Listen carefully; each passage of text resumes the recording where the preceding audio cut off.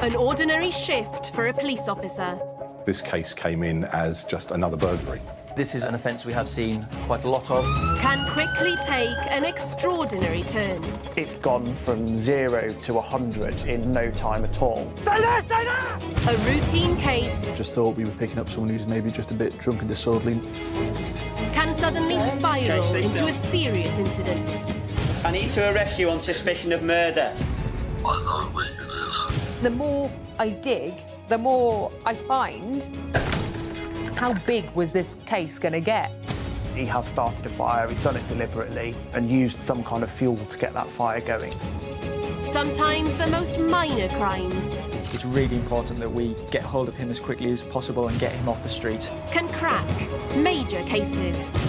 We did have an international manhunt on our hands. Gotcha.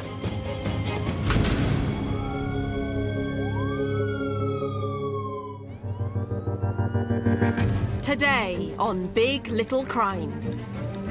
A police officer tasked with manning a road closure after a house fire When I arrived at the scene, I could see at least 2, if not 3 fire engines. ends up bringing a dangerous killer to justice. The very way that he committed the crime showed a lot of premeditation on his part. He has started a fire, he's done it deliberately and used some kind of fuel to get that fire going.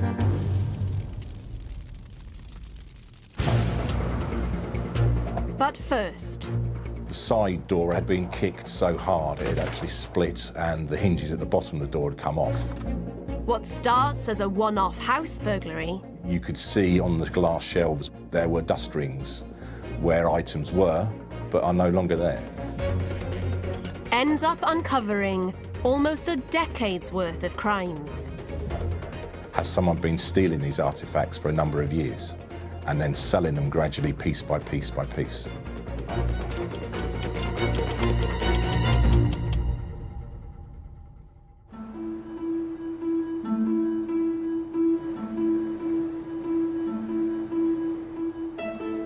I'm Investigation Officer Dave Brecknock. I've been an investigation officer for 3 years since retiring as a detective after 30 years service. Bedfordshire is one of the smallest police forces and smallest counties in the country, really. And Bedfordshire itself is considerably rural.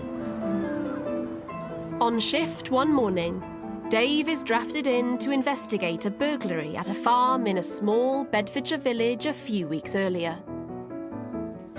So the burglary happened in September, and after 5 or 6 weeks drew a complete blank. There were no leads. My then sergeant and inspector asked me then to review the case and see if we could take it any further. The farm is home to 93-year-old widow Faye. Faye had come from a very wealthy background and she was married to a very successful banker. They were massive collectors. Manuscripts, artifacts, paintings, oriental jade and ivory. Even so, they had a Picasso hanging in the toilet. The main living room area has numerous Victorian walnut cabinets, all of which contained shelves, all of which had multiple items of jade on. The whole house, really, as you looked at it, could have been an antique shop. It was that ilk, it was full of collectibles. But Dave immediately hits a problem. Faye was very weak at the time. She was in her 90s. She had problems concentrating for long periods of time. So it was quite difficult to get a full and detailed account, especially of individual items. Dave takes a look around the house and instantly notices something odd. It was evident that what was left in the cabinets was just part of the entire collection. In particular, you could see on the glass shelves there were dust rings where items were, but are no longer there. There were other high-value items there, but nothing else apart from jade and ivory were taken. It doesn't add up. This looks like an ordinary break-in. The side door had been kicked so hard it had actually split and the hinges at the bottom of the door had come off. So why, in a house full of precious antiques, did the thieves only take the rarest and most valuable items? It suggested to me someone knew the jade was in the house. The family's insurance company appoint an antiques expert to work alongside Bedfordshire Police and help track down the stolen items. So it's a specialist burglary.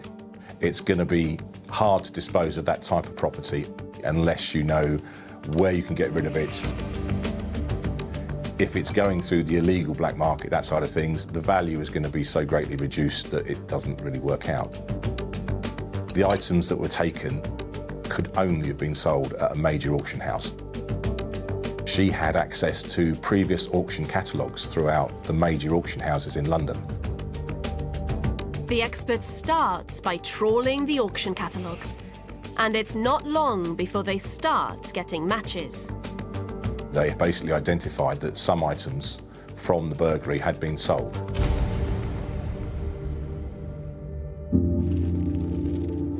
One item in particular, which was a Chinese teapot carved out of jade with low relief decoration around the outside. Now on this teapot, there was one particular mark on the rim, which is a natural forming mark within the stone. In effect, it's as good as a signature or a serial number to me, but there was a bit of a twist to it. The burglary was in late 2017. But the teapot was sold some years before that. Dave thought he was dealing with a one-off break-in, but this discovery changes everything. Has someone been stealing these artifacts for a number of years and then selling them gradually piece by piece by piece? If Dave's right, this is no one-off burglary, but planned theft on a huge scale. But it's going to be hard to prove the items sold at auction are definitely the ones stolen from the farm. Then, one of the family brings Dave something he thinks might help. The grandson, he went round very early in 2011 and took photographs on his digital camera of all the contents that he thought may have some sort of value if someone were to break in. And that was quite pivotal because when the photographs were taken on his digital camera, it had metadata embedded into the back of each photograph. And that metadata had the entire date, time, and location. From there, we could then go through the entire archive and identify every single item by way of picture. This investigation just got a lot bigger. This was not a single event. This had been a protracted system of thefts over the last 9 years when I started to investigate it. And the value of the stolen items is staggering. Predominantly, a lot of this would be going to private collectors over into the Far East. That's why certain items were shipped to Hong Kong by the auction house. The teapot itself, when we looked at the history of the sale for that teapot, it was sold in June 2015. And that sold for 5.9 million Hong Kong dollars, which equates to about £550,000 in UK money. There was a very rare jade bowl, no bigger than a teacup, and it was deemed to be pre-Ming Dynasty, which a lot of the articles are. That in itself netted over £1 million just for that one bowl. From having no leads for a single burglary, Dave's investigation has erupted into an enormous case. On this occasion, we recovered a considerable amount of more jade items and other artifacts, all of which were collected over the years. But he's got no idea how close he is to the men responsible. Des lived less than 100 yards from Faye's premises.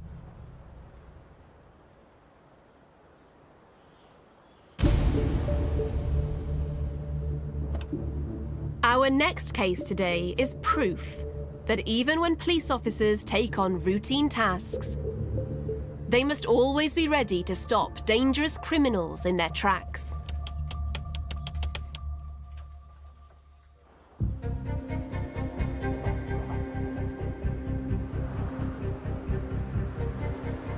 So I'm Tom Andrews. I was a police officer with Nottinghamshire Police for some 13 years. It was all I can ever remember wanting to be was a police officer when I was young and growing up. I think the most challenging thing is probably the level of responsibility and decision-making on you as a frontline practitioner. People's lives and liberty can literally hang in the balance of your decision-making. And in March 2015, Tom's decision-making skills are put to the test whilst on a routine patrol. At that time, I was serving as a neighbourhood police officer with a responsibility for the Lenton area of Nottingham.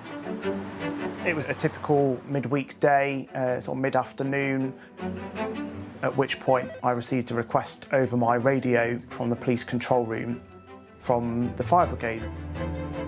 Fire crews have been called to an incident on Derby Grove. And they need police assistance to close the road while they tackle a house fire. So it came over the radio. If it was a grade 1 incident, which means that we had to go on blue lights and sirens and get there as quickly as possible. When I arrived at the scene, I could see at least 2, if not 3 fire engines dealing with the fire, and maybe a dozen or more firefighters who'd come out of those fire engines unrolling hoses and going into the address. Tom uses his car to block the street and puts out cones to secure the area. At that point, all I knew was that there was a house fire, potentially just contained to one room in the house. The fire service were obviously needing to put that out. The tenant has told fire crews that the house is empty, so there's no urgent cause for alarm. From where I was, all I could see was 3 or so fire engines parked up, all the blue lights flashing. The road was completely blocked. There was a small plume of smoke coming out of the top of the house. Then Tom gets a message that changes everything. While I was on scene, there was an update passed over my radio from one of my colleagues. The fire service had told him that there might actually be somebody trapped inside the address. That then obviously changes all of our priorities. Has there now been a crime committed? Is there a person's life at risk? Do we need to then step in as police officers and gather evidence, secure and preserve that evidence moving forward? It's gone from being a very, very routine type of policing activity, just putting an emergency road closure on, to something that's now really serious, where somebody might potentially lose their life. It's now even more vital that Tom keeps the scene sealed off. But there's an unexpected distraction. A gentleman just approaches me and says, excuse me, excuse me. I'm obviously quite busy, but the chap's quite persistent and he repeats himself, excuse me, excuse me. Tom thinks he's dealing with a curious member of the public, but what the man says next shocks him to the core. He was repeating himself, definitely wanting my attention. At which point he's uttered the immortal words that I'll never forget. It's me, I'm the guilty party, I'm the one you're looking for. I set him and my house on fire.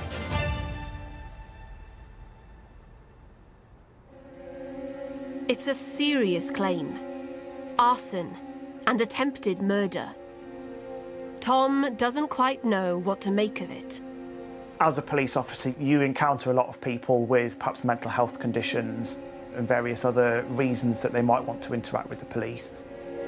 And the nature of his very calm confession to me and the fact that he was approaching me, paired with what little I knew about the situation, it couldn't quite reconcile in my head as to what was going on.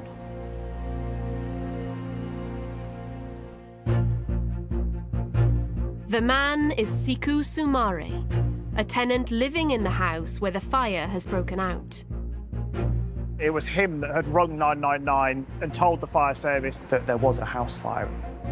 It seems strange, but Tom has to take the man's confessions seriously. I can't let this guy go.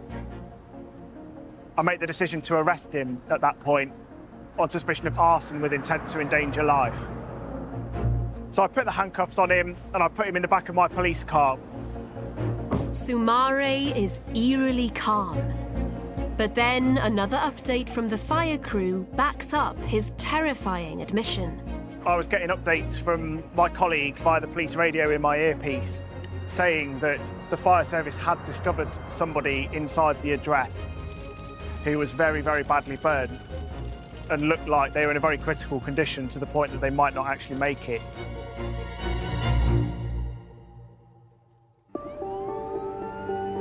The injured man is the landlord of the property. The ambulance attended and were working on him and pretty much took the chap straight out of the house and to the hospital.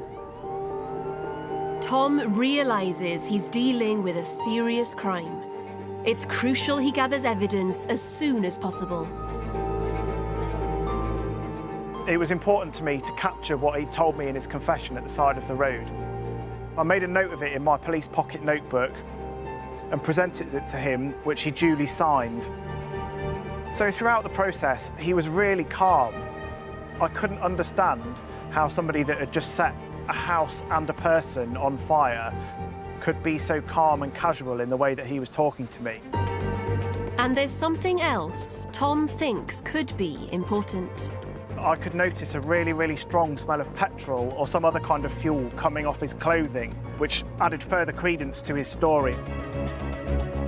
With a potentially dangerous suspect on his hands, there's only one course of action. I then shot Mr. Soumare in the back of my police car and take him to the police custody suite for processing.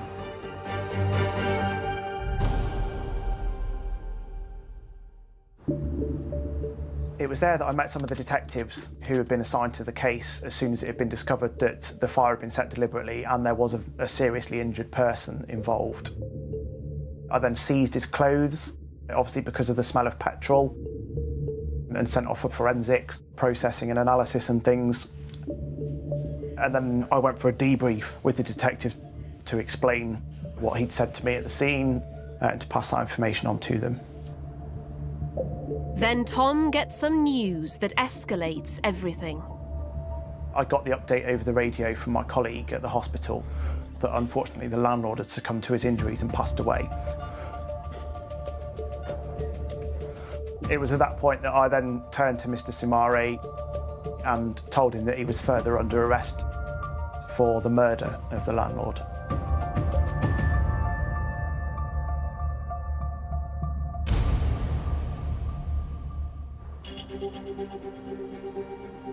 He may have only stepped in to stop traffic, but now Tom's evidence is part of a murder investigation. And when Soumare is interviewed, the full story comes to light. It turned out that Sekou Soumare had a fallout over a rent arrears with his landlord. He'd invited the landlord round to his address and ended up getting the landlord drunk. Whether he was aware of quite what he was drinking or whether he was spiked, ultimately he was rendered unconscious on the floor, at which point Mr. Soumare has put a mattress on top of him, poured petrol over him and set fire to it. Soumare had killed his landlord over unpaid rent of just £600. But his next claim could make securing a murder conviction difficult. He denied the offence, that he'd somehow had a mental break from reality, that he wasn't fully responsible for his actions at the time. He maintained that position of pleading guilty to manslaughter on the grounds of diminished responsibility. But the detectives believe Soumare had planned this attack and that it was a murder. Now, they just have to prove it. The very way that he committed the crime showed a lot of premeditation on his part. He must have got the fuel from somewhere beforehand. He must have invited the landlord around and plied him with drink with a pre-plan to at least cause some kind of serious injury to him.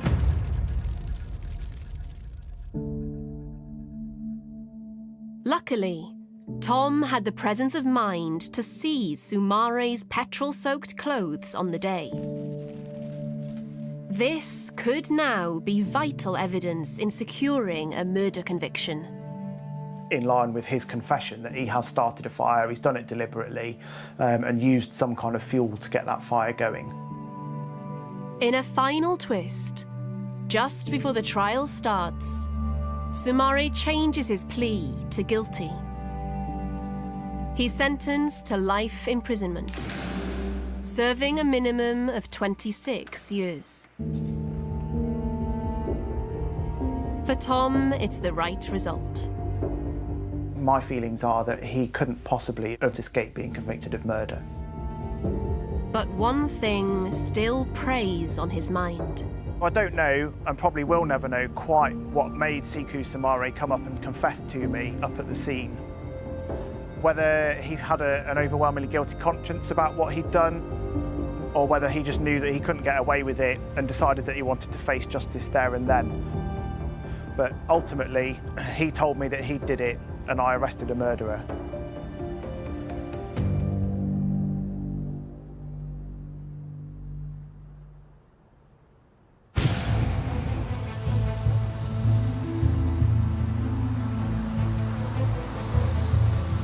Back in Bedfordshire, police investigating a house burglary have uncovered something a lot more sinister. So initially the burglary of the farm came in as a single incident, a one-off burglary that had been investigated. Now with the additional information that had been given to us, we could then work out that this was not a single event. This had been a protracted system of thefts over the last 9 years.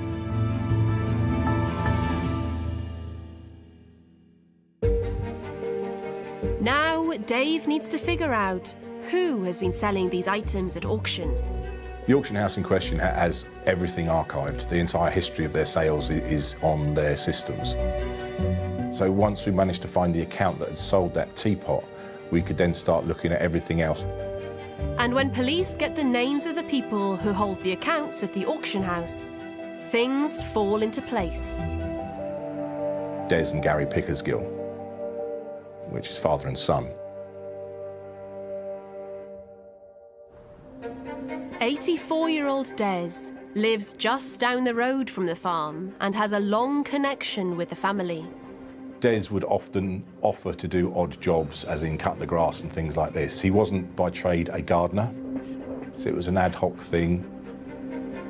Once we'd established the accounts being held by Gary and Des, and then identifying the fact that Des lived less than 100 yards from Faye's premises, it became quite evident that we were on the right track. Interviews with the family start to paint a troubling picture. It became apparent through inquiries with the grandson and the family that Faye had had a couple of incidents where she was deemed to be drunk. It was then realised that Des was getting her drunk deliberately on his lunchtime visits, after her medications, waiting for her to fall asleep, that were taking the artefacts, bringing them home, and then it was Gary who was then starting to orchestrate the sales.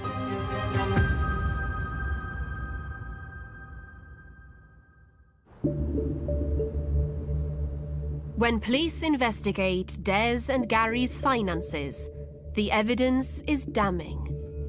We established that Gary and his wife had been evicted twice from low rental income properties in Bedford. And shortly after the last eviction, they then purchased a house in Lincolnshire for £410,000 with no mortgage. They also paid out extensive renovations on the £410,000 property, installing a swimming pool and other outbuildings. And searches of properties connected with the pair leads to more discoveries. On this occasion, we recovered a considerable amount of more jade items and other artefacts, all of which were collected over the years. Most important thing with a lot of the jade items that were recovered at that particular time was they were wrapped in newspaper. The newspapers wrapped around these jade articles. It was from the Sun, and the pages were dated September the 17th, which was the day of the burglary.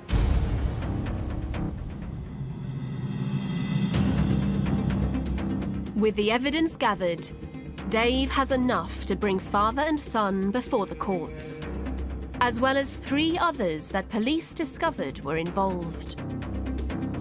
They all pleaded not guilty, and they all went to trial, and all but one gave evidence. They claimed the items were given to them as gifts by their elderly victim, but the jury saw through their story. Verdict for all was guilty on all counts, theft, fraud and money laundering. Des Pickersgill was jailed for 6 years. His son Gary got 8 years.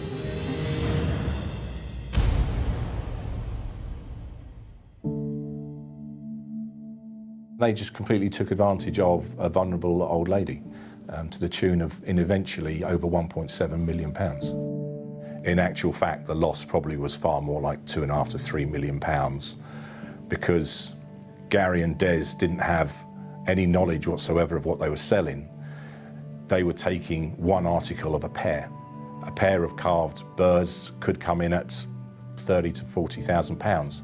A single one, £5,000.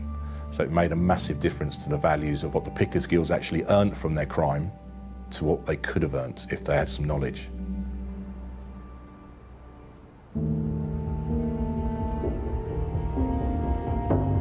For Dave, getting answers for the family was as important as the court result.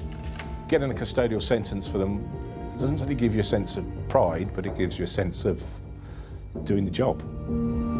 It was almost like a father and son business, because they were stealing from a neighbour who she thought was a neighbour and friendly. They were just deceiving her, drugging her, stealing from her, and then making a fortune out of it. And I think it was the greed that eventually took over and led to the burglary.